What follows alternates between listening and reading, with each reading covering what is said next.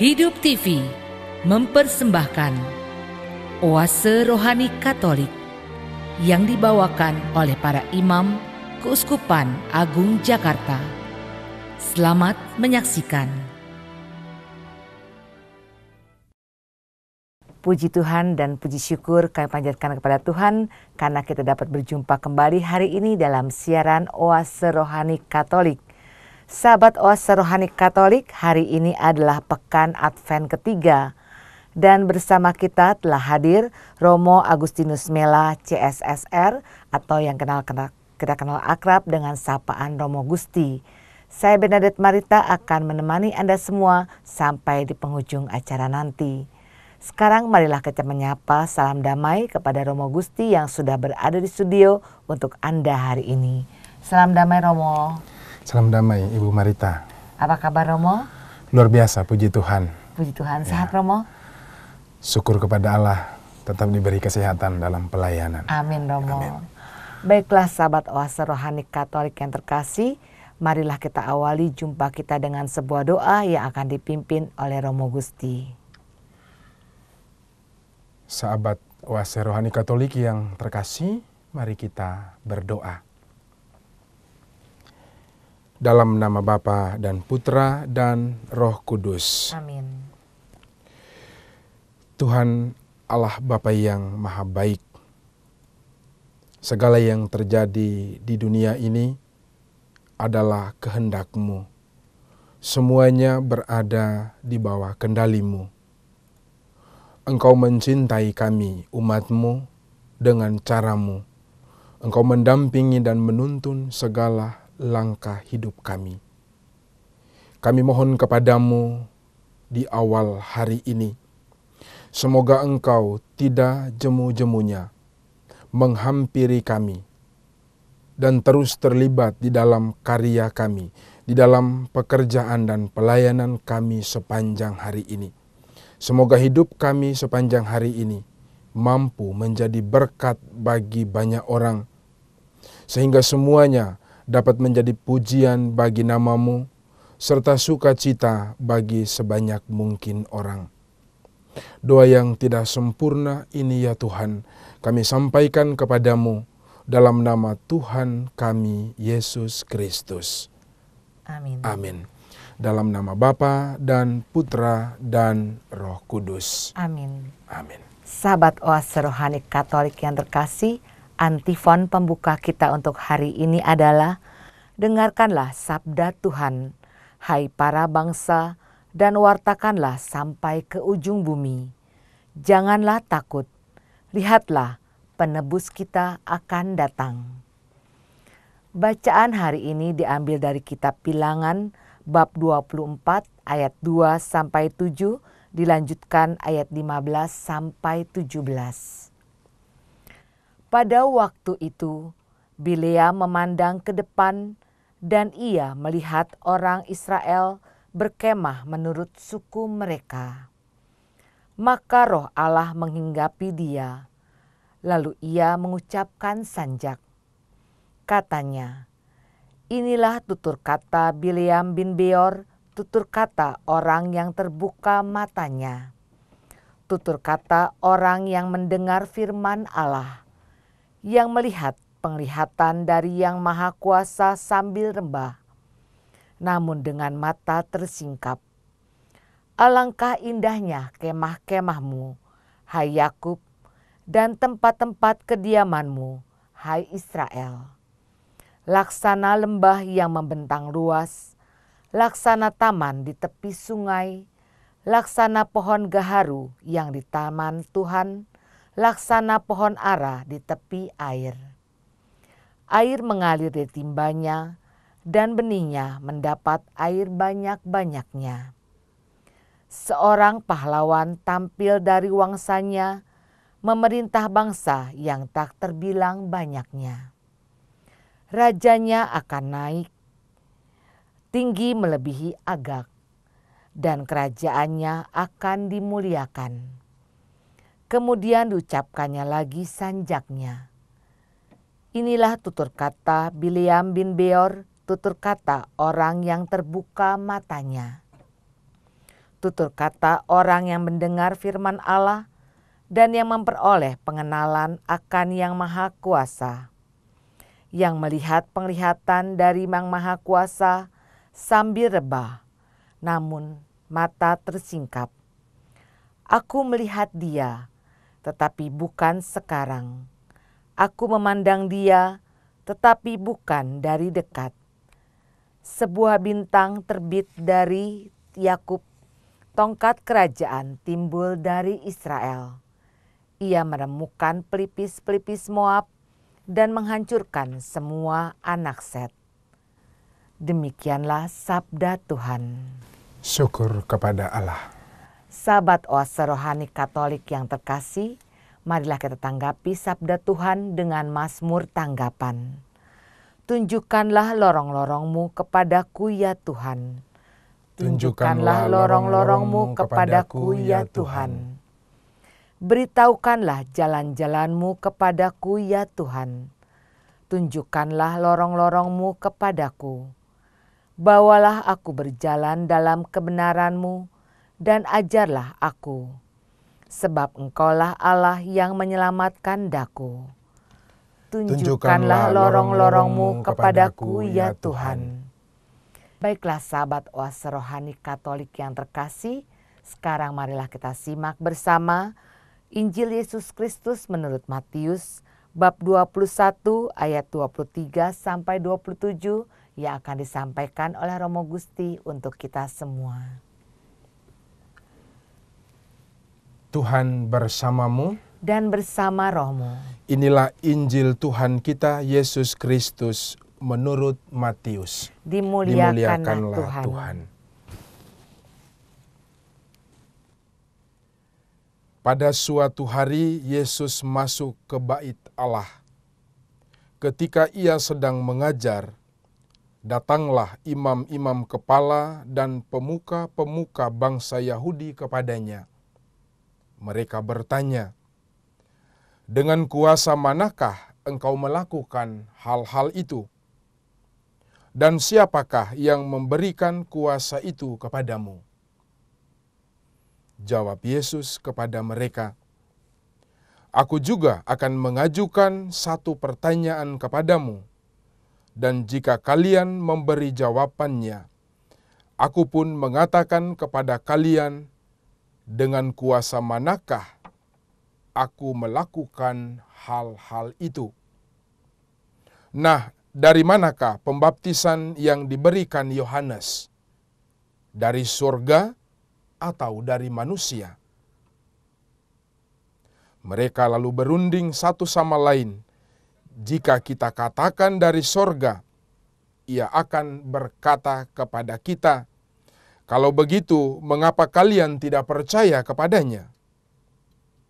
Tetapi jika kita katakan dari manusia, kita takut kepada orang banyak sebab semua orang menganggap Yohanes itu nabi."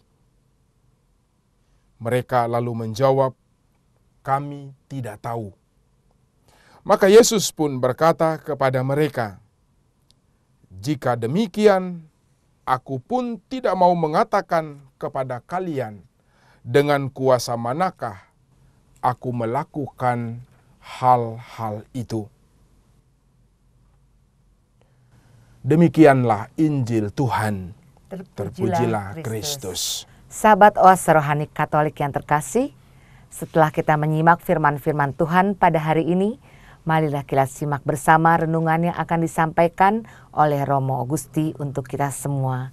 Romo, dari firman-firman Tuhan hari ini, kiranya permenungan apakah yang ingin Romo sampaikan kepada sahabat Oase Rohani Katolik yang terkasih? Baik Ibu Marita, para pendengar dan sahabat Oase Rohani Katolik yang dikasihi dan dicintai oleh Tuhan. Dari bacaan pertama kita mendengar bersama kitab Bilangan berbicara tentang seorang tokoh penting, yaitu Bileam. Begitu nama yang diberikan kepada sosok yang baru saja kita dengar dalam kutipan kitab Bilangan. Kita tahu bersama Bilangan adalah kitab keempat dari Taurat Musa. Dalam kisah itu digambarkan seorang tokoh bernama Bileam. Bileam bin Beor, ayahnya bernama Beor. Mereka berasal dari sebuah perkampungan di sekitaran Sungai Efrat. Bileam, apa artinya kata Bileam ini? Nama Bileam diberikan sebetulnya kita tahu bersama dia adalah seorang juru tenung. Juru tenung itu dia itu seperti seorang peramal, ahli nujum, atau seorang yang bisa meramal masa depan seseorang. Nah, Bileam digambarkan bahwa dia sebenarnya diminta oleh Balak, Raja Moab, untuk meramal nasib bangsa Israel. Tetapi tentu tidak hanya di situ, tidak hanya sekedar sampai meramal, tetapi lebih daripada itu, Balak, Raja Moab ini hendak menggunakan Bileam untuk sebuah niat yang tidak baik, untuk sebuah niat jahat, katakanlah demikian. Nah, para sahabat oase rohani Katolik yang terkasih, apa yang terjadi dari sepanjang kisah yang baru saja kita dengar ini, at the end, Bileam akhirnya berbalik. Dia tidak kemudian menjadi tukang tenung atau juru tenung, tetapi dia kemudian malah menjadi orang yang mewartakan kemahakuasaan Allah. Pribadinya dan segala yang dia lakukan justru mau mengatakan bahwa kuasa Allah jauh melampaui segala sesuatu. Nah, dari kisah Bileam yang kita dengar, pada zaman ini pun kadang kita menemukan yang namanya Bileam zaman now. Kalau istilah yang sering kita dengar adalah Bileam syndrome. Artinya orang yang kemudian bekerja untuk mendapatkan sesuatu, tapi juga mengorbankan orang lain. Nah, dengan pekerjaan sebagai juru tenung, Bileam sebetulnya mau menunjukkan bahwa dia kemudian mendapat upah atau gaji dari tenungannya, ya, dari apa yang dia lakukan sebagai juru tenung. Nah, di sini kemudian mengapa saya katakan hari ini sering atau kadang juga kita mendengar orang menggunakan istilah Bileam syndrome, itu artinya orang yang gila akan harta, gila akan uang, tetapi konsekuensinya bisa mengorbankan orang lain. Tujuannya mungkin tidak demikian, tetapi konsekuensi dari tenungnya, dari tindakan menenung itu kemudian mengakibatkan kecelakaan bagi orang lain. Nah, dari kisah yang kita dengar, pertanyaan selanjutnya adalah mengapa Allah menggunakan Bileam? Ya. Mengapa Allah menggunakan Bileam? Ini pertanyaan yang menarik bagi kita. Bileam, kalau Allah mau, kalau Allah itu maha kuasa, dia tidak memerlukan campur tangan siapapun, Bileam sekalipun. Apalagi Bileam dikenal sebagai juru tenung. Itu berarti posisi Bileam berseberangan dengan maksud Allah. Ya. Kebaikan berseberangan dengan kejahatan. Tapi pada posisi ini Bileam dipergunakan oleh Allah. Kita melihat dari kisah tadi yang dibacakan. Kalau kita melihat dari ayat 7, di situ jelas bagi kita. Bileam kemudian dipekerjakan atau digunakan oleh Balak, Raja Moab, dengan upah yang tinggi. Siapa yang tidak tergiur tentunya, ya? Ya. Semua orang, ya, kalau mendengar uang, secara manusiawi, siapapun dia pasti kita membutuhkan untuk sebuah kebutuhan yang tentu kita harapkan ya, untuk bisa bertahan hidup.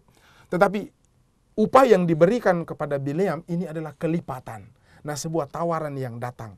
Tapi tidak. Nah, Bileam menjadi orang hebat tentunya.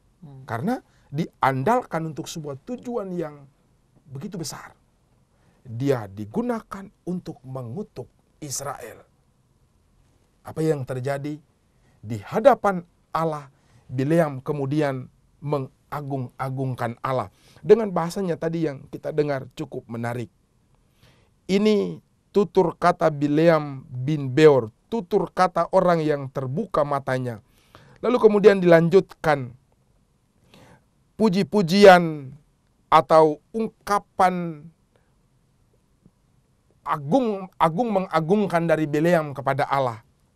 Ayat 6 dikatakan, laksana lembah yang membentang luas, laksana taman di tepi sungai, laksana pohon gaharu yang di taman Tuhan, laksana pohon ara di tepi air, dan seterusnya.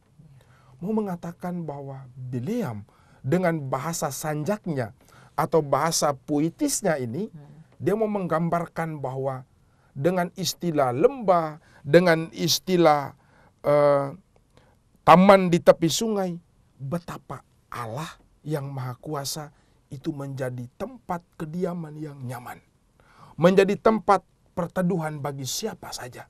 Nah, itu berarti Bileam mau menunjukkan bahwa betapapun pengaruh Balak, Raja Moab untuk mengutuki Israel tidak mempan. Di hadapan Allah sendiri yang tentu terlibat dalam diri Bileam. Maka untuk itu, di sini mau saya katakan bahwa sebetulnya bukan Bileam yang hebat.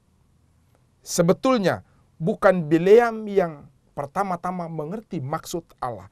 Atau dengan juru tenungnya, sebagai juru tenung, dia mampu meramal apa yang Allah maksudkan, apa yang Allah kehendaki bagi dia. Tetapi justru sebaliknya. Yang mau dikatakan di sini bagi kita adalah Allah justru pertama-tama yang mengenal Bileam. Allah justru pertama-tama yang mengerti siapa Bileam. Bukan Bileam yang mengerti Allah. Nah, itu berarti Allah sungguh Maha Kuasa. Allah sungguh terlibat ya di dalam hidup Bileam. Mungkin kira-kira gambaran besar dari kutipan kitab Bilangan yang baru saja kita dengar. Ya, Romo, apakah konteksnya dengan kehidupan manusia zaman sekarang, Romo? Baik, Ibu Marita yang terkasih, para sahabat dan pendengar Oase Rohani Katolik yang dikasihi dan dicintai oleh Tuhan Yesus. Kisah Bileam yang dicatat dalam kitab Bilangan yang baru saja kita dengar dari pasal 24 ayat 2-7 dilanjutkan 15-17. Tentu pesannya juga tidak hanya bagi umat Israel di zaman Bileam, tetapi juga kemudian bagi kita di zaman ini. Bahwa pada masa kini Allah sungguh berkuasa atas segala sesuatu. Allah mau menunjukkan bahwa apa saja yang terjadi di dunia ini itu atas kendalinya. Kebaikan, kejahatan, apapun usaha untuk menentang Allah, tidak ada sebuah kekuatan pun yang mampu mengalahkan Allah. Itu yang pertama. Dari niat mengutuk, malah Bileam kemudian memberkati Israel. Maka kemudian bisa dikatakan bahwa begini, mungkin dengan pertanyaan yang cukup sederhana. Apakah Allah bisa menggunakan orang jahat untuk membawa berkat bagi orang lain? Apakah Allah bisa menggunakan seorang pencuri? Apakah Allah bisa menggunakan seorang pembunuh? Atau apakah Allah seperti dalam kitab bilangan yang kita dengar. Dia bisa menggunakan seorang juru tenung untuk membawa berkat bagi umat Israel. Itu sebuah pertanyaan reflektif yang patut dijadikan sebagai bahan refleksi bagi kita, khususnya pada Minggu Advent yang ketiga. Bahwa Allah sungguh-sungguh bertindak sesuai dengan rencananya. Tidak ada satu apapun yang bisa menghalangi rencana dan kehendak Allah. Kalau kita tarik mungkin terlalu jauh dari kisah Bileam sampai pada perjanjian baru, mungkin terlalu jauh. Tetapi mungkin lebih familiar dengan kita. Paulus itu seorang pembunuh. Paulus yang 13 suratnya sering kita baca pada hari Minggu, ya selalu kita baca di bacaan kedua selain kitab-kitab Ibrani, kita melihat bahwa Paulus ditangkap oleh Kristus dalam perjalanannya menuju ke Damsyik. Allah menggunakan Paulus untuk sebuah tujuan yang mulia, yakni mewartakan kabar sukacita, mewartakan tentang Kristus yang bangkit. Allah berkehendak, Allah yang mengendalikan, tidak ada sesuatu pun yang bisa mampu atau bertahan di hadapan Allah sendiri. Saya kira ini menjadi pesan pertama untuk kita semua, untuk para pendengar dan sahabat Oase Rohani Katolik. Tetapi satu hal yang mungkin bagi kita penting. Dalam keseluruhan kitab Bilangan, kalau kita baca dari Bilangan pasal 20, ayat 17 dan seterusnya. Tadi saya sempat singgung bahwa Bileam mungkin sebagai seorang juru tenung yang terkenal, pasti dia tergiur dengan tawaran dari Balak, Raja Moab itu. Iya. Dia akan melipat gandakan upah kalau Bileam bersedia untuk menenung orang-orang Israel, mengutuki orang-orang Israel, tentu dengan ilmu hitamnya dan seterusnya. Apa yang terjadi di sini? Satu hal yang ironis bagi kita adalah sebetulnya ada dalam tubuh umat Israel sendiri.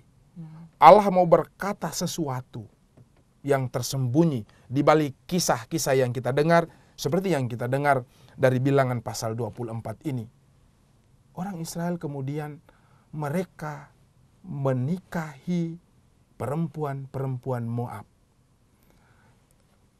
Umat Israel kemudian katakanlah karena mereka menikahi perempuan-perempuan Moab, tentu pengaruh perempuan-perempuan Moab yang dikatakan sebagai bangsa-bangsa kafir ini justru menjadi ancaman bagi umat Israel sendiri. Orang-orang Israel sebetulnya mereka sedang berperang dalam tanda petik dalam tubuh orang Israel sendiri.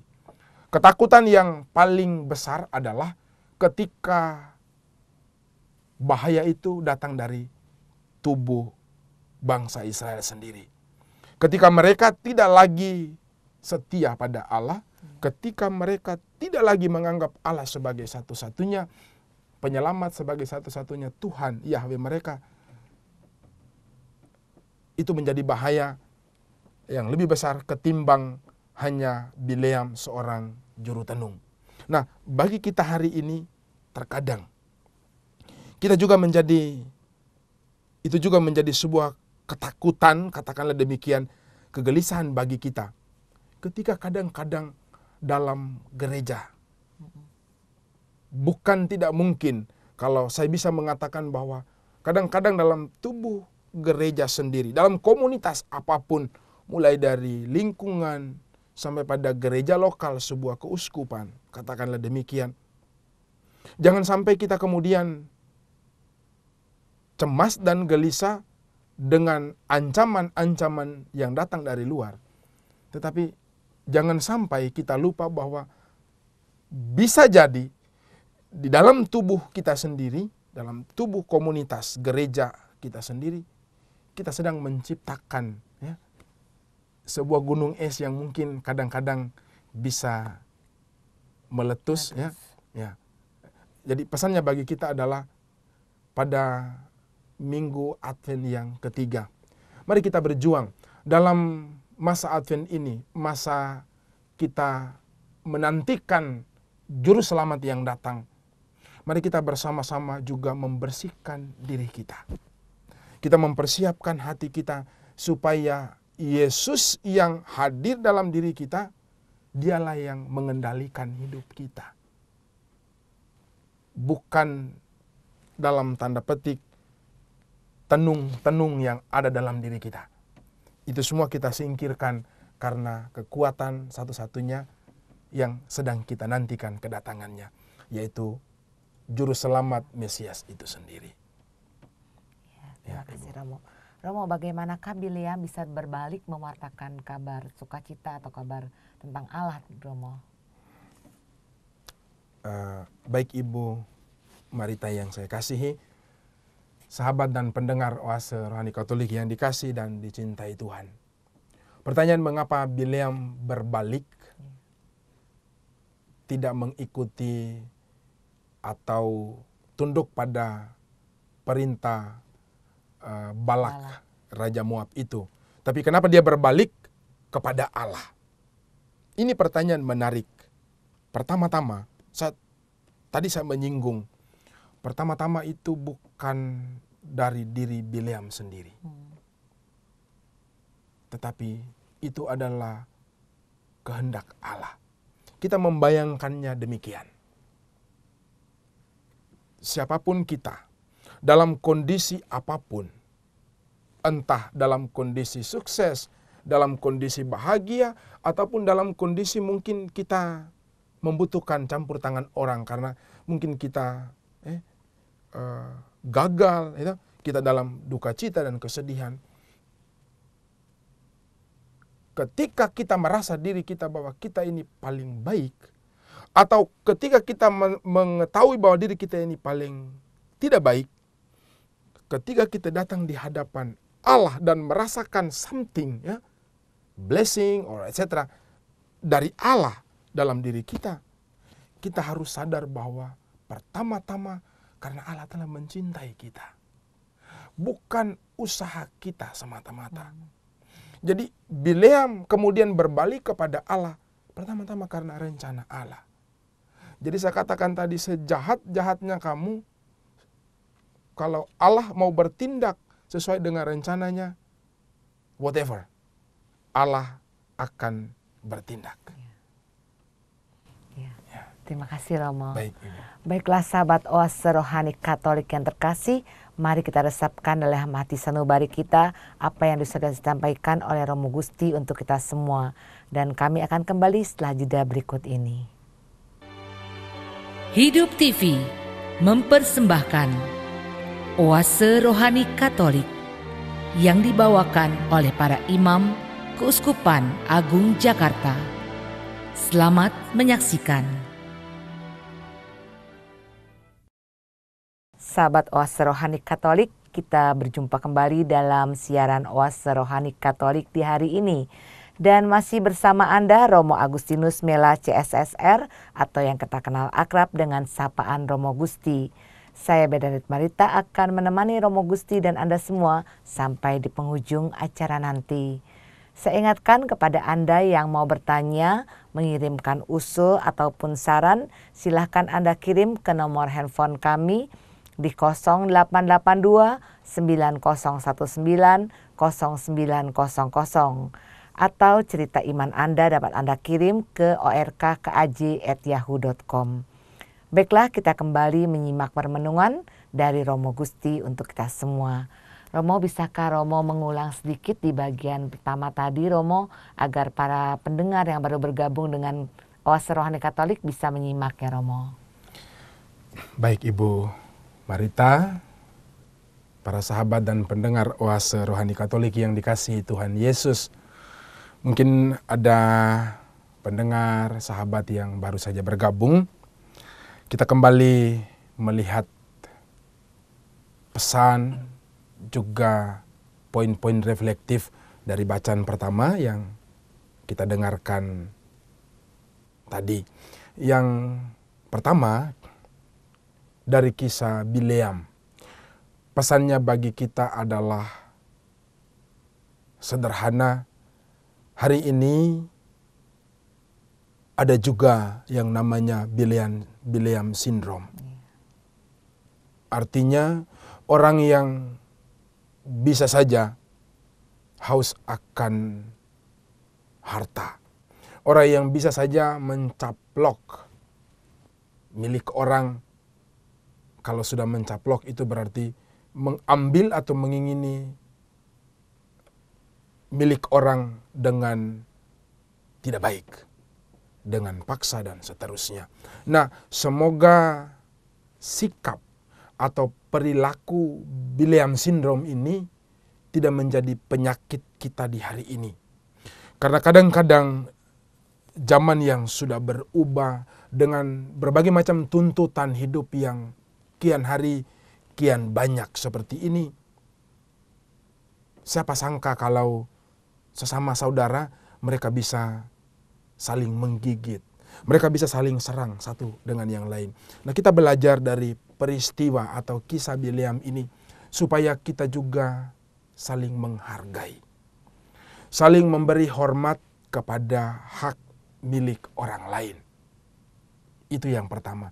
Sedangkan yang kedua, kita juga belajar di dalam tubuh gereja sendiri, kadang juga yang namanya Bileam syndrome itu juga bisa menjangkiti tubuh komunitas gereja kita. Ketika kita dengan segala kekuatan, sebagaimana Bileam dengan juru tenungnya, bisa jadi berjuang untuk menyakiti orang, berjuang untuk mendapatkan apa yang dimiliki oleh orang, apa kepunyaan orang untuk menjadi hak kita. Kita berjuang dengan hal-hal yang tidak baik. Kadang tersembunyi, kadang muncul di permukaan. Dan itu sebetulnya yang harus dihindari.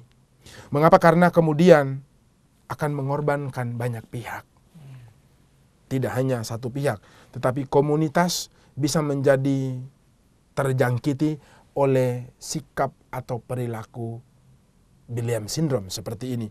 Maka kemudian konsekuensinya bagi kita semua adalah pelayanan apa yang dipercayakan kepada kita itu bukan wewenang untuk menguasai orang lain, tetapi justru menjadi medan pelayanan, medan pewartaan.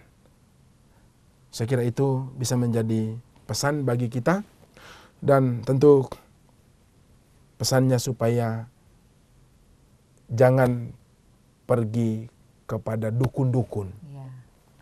Pergilah kepada Allah, karena dialah pengendali segala sesuatu. Dialah yang berkuasa atas apa saja yang ada di muka bumi ini. Allah satu-satunya. Terima kasih Romo. Ya.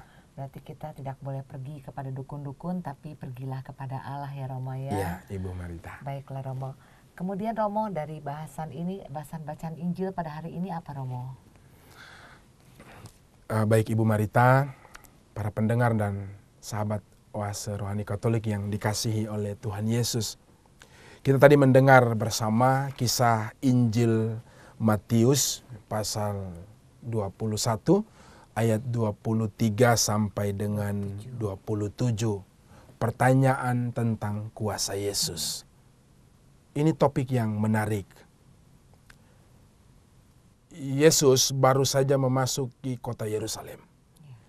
Diarak, disorak, Hosana putra Daud dan seterusnya.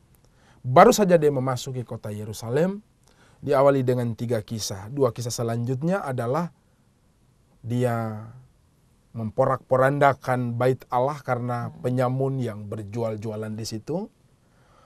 Lalu menuju kepada Yesus yang sedikit kesal karena dia tidak menemukan satupun buah pohon ara. Sampai kepada kisah ini. Pertanyaan tentang kuasa Yesus. Para sahabat dan pendengar Oase Rohani Katolik yang terkasih, Yesus sejak semula ketika dia tampil di depan umum, itu dia selalu dihadapkan dengan yang namanya pertentangan, perselisihan, bahkan kadang-kadang dia kemudian ditolak.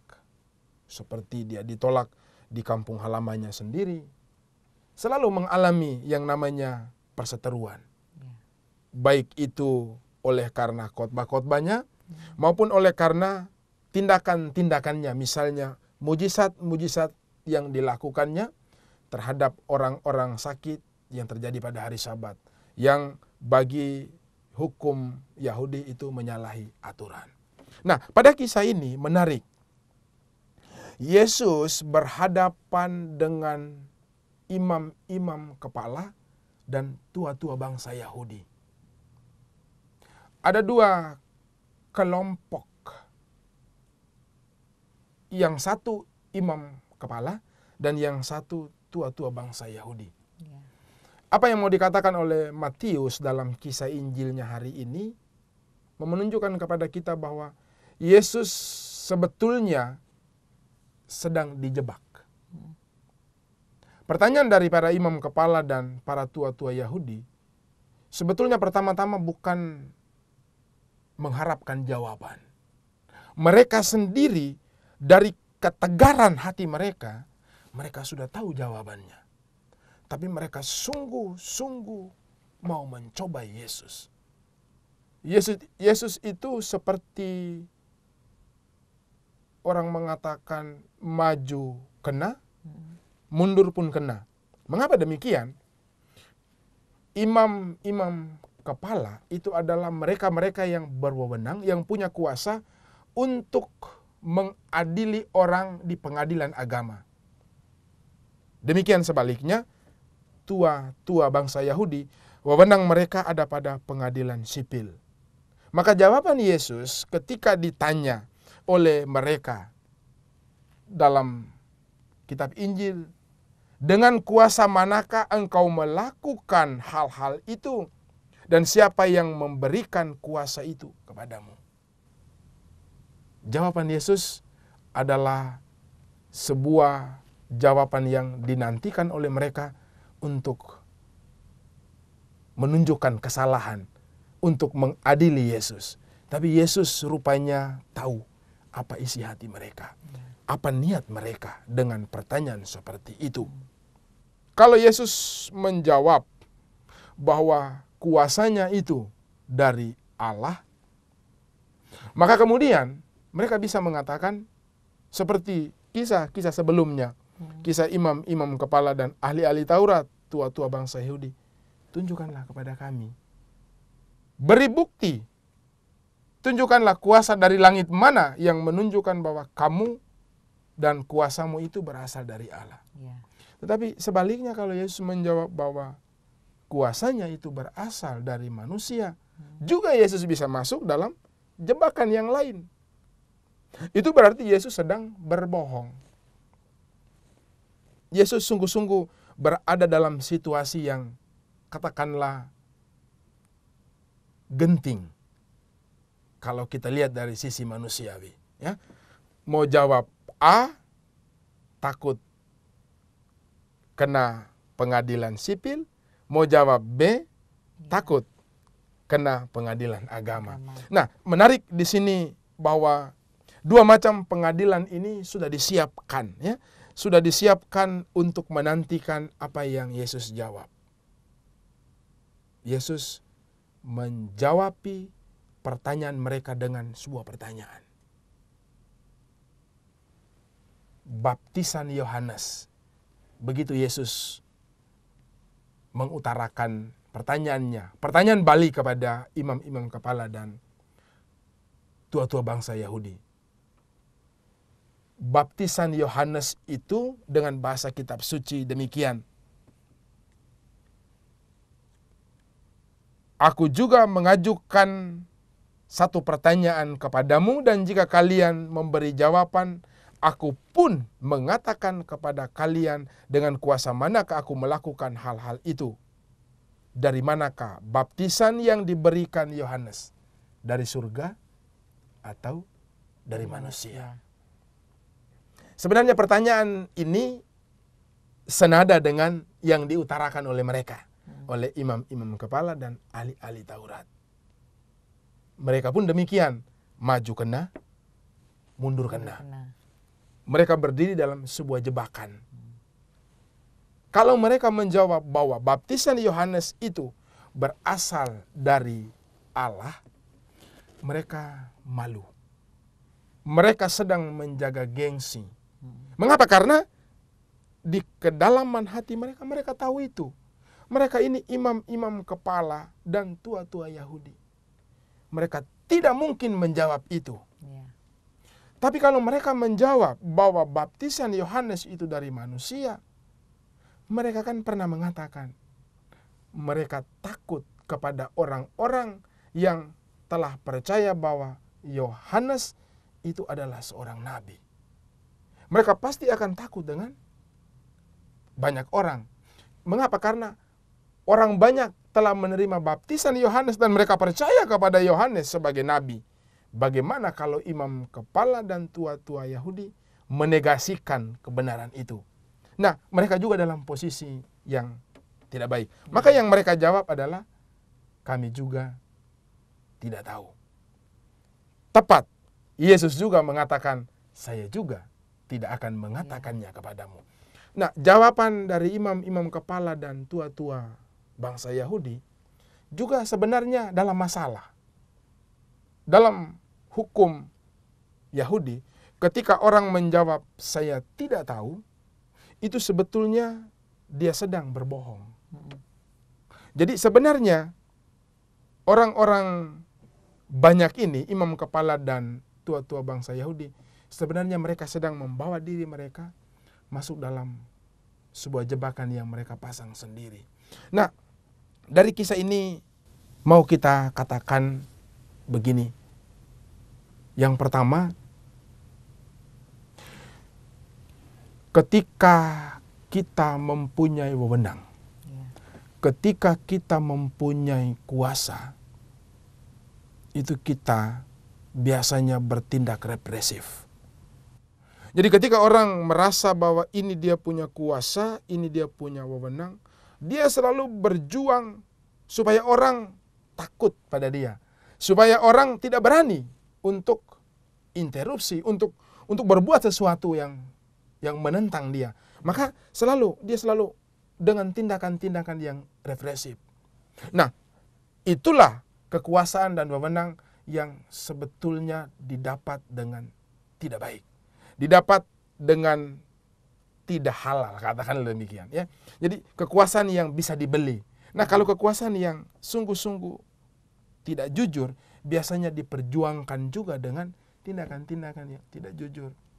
Berusaha merepresif supaya orang-orang tetap bow down, ya, tetap tunduk pada kuasa atau wewenang yang kita peroleh. Maka sebetulnya kita diajarkan, katakanlah kita diberitahu oleh kisah ini bahwa sedapat mungkin kita tidak menggunakan kuasa atau wewenang kita untuk menekan orang lain. Kita tidak boleh menggunakan kuasa dan wewenang untuk menakut-nakuti orang lain. Karena sebetulnya kalau kita lihat kisah ini, imam-imam kepala dan tua-tua bangsa Yahudi, bukannya mereka tidak mau mendengar pengajaran Yesus, bukannya mereka tidak mau percaya pada sabda Yesus, tetapi mereka juga tidak mau kalau orang banyak itu akhirnya terlanjur percaya Yesus. Mengapa? Karena kuasa dan wewenang mereka akhirnya kemudian hilang dengan sendirinya. Maka mereka berjuang itu sebenarnya pertama-tama mereka tentu tidak mau percaya. Tapi yang mereka berjuang kali ini adalah supaya orang banyak ini jangan sampai jatuh percaya pada apa yang diajarkan atau disabdakan oleh Yesus. Maka saya kira pesan atau refleksi pertama yang mau dikatakan dari Injil ini adalah tentang wewenang atau kuasa itu. Sedangkan dari kisah ini pesan yang kedua bagi kita. Kita ingat kisah ini adalah kelanjutan dari 2-3 kisah sebelumnya. Ketika Yesus mau masuk bait Allah, dia melihat kerumunan orang, ada pasar katakanlah, di sekitaran bait Allah. Dia memporak-porandakan, ya, jual-jualan di situ. Sebenarnya menarik. Yesus memporak-porandakan para pedagang, para penyamun, dan lain sebagainya yang ada di sekitaran bait Allah. Kemudian Yesus menuju ke sebuah tempat di mana ada pohon ara. Yesus katakan, saya lapar dan saya mau makan buah pohon ara. Yang dia jumpai nothing. Dalam kondisi lapar, apa yang Yesus pilih? Yesus masuk ke bait Allah. Dia tahu bahwa di sana dia pasti akan menjumpai imam-imam kepala, tua-tua bangsa Yahudi, bahkan ahli-ahli Taurat dan orang-orang Farisi. Dia tahu itu pasti karena perseteruan dan pertentangan sering terjadi semasa dia dalam usaha pewartaan kabar sukacita. Tapi apa yang terjadi? Yesus memilih untuk masuk bait Allah. Rumahku akan disebut rumah doa. Dan rumahku bukan menjadi sarang penyamun. Nah, bagi kita hari ini, kita memasuki Minggu Advent yang ketiga. Yesus mengajak kita supaya dalam menantikan kelahiran Yesus sendiri sebagai Mesias, sebagai Juru Selamat, kita juga mungkin mengarahkan pandangan kita ke rumah Tuhan. Mengarahkan seluruh diri kita kepada Allah. Di sana akan menjadi tempat di mana kita bisa menjalin relasi komunikasi yang lebih intim dengan Allah.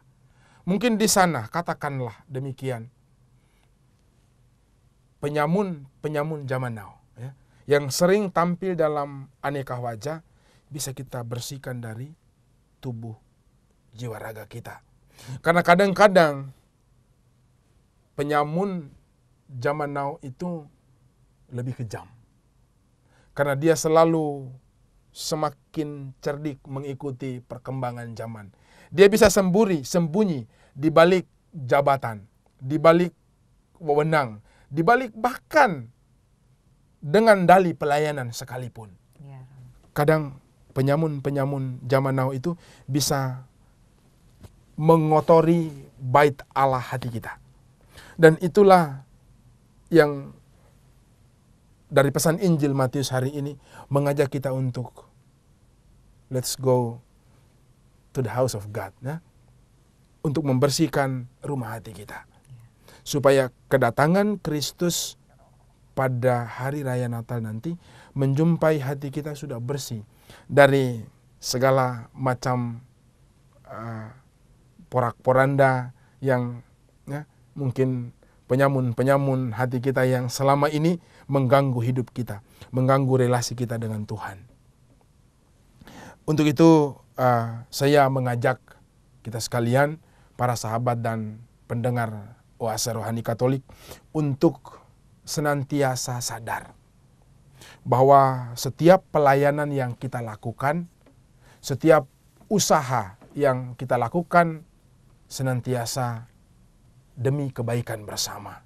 Ya, jangan sampai tidak hanya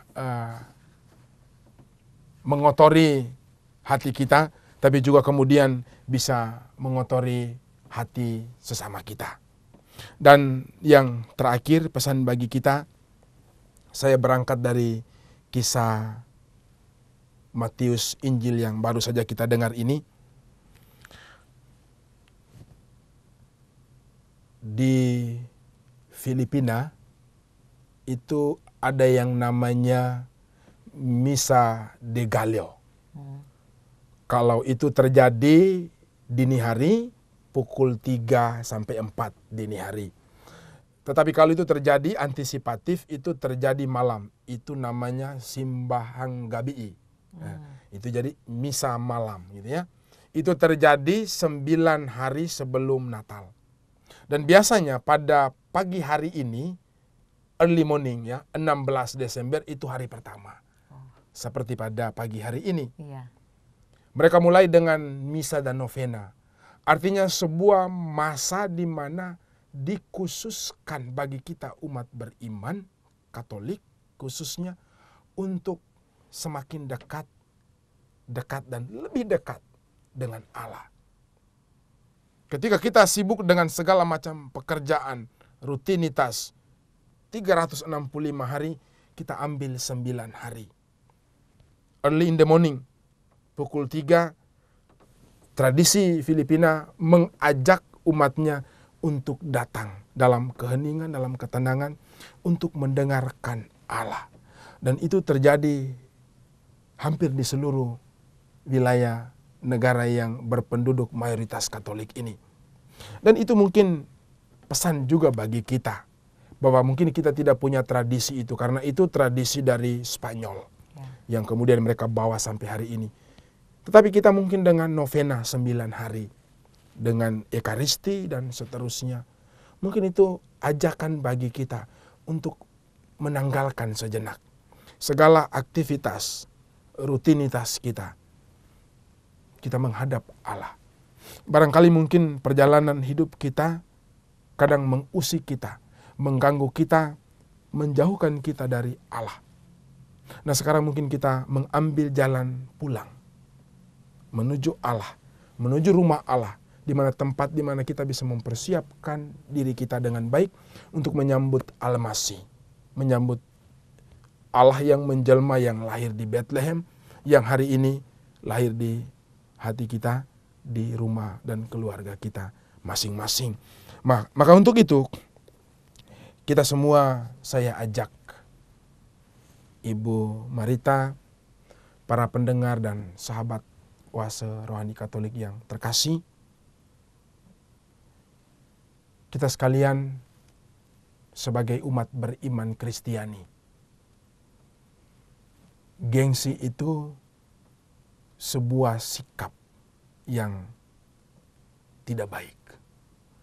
Ketika kita bertahan dengan gengsi, kita sebenarnya sedang menjerumuskan diri kita sendiri ke dalam jebakan.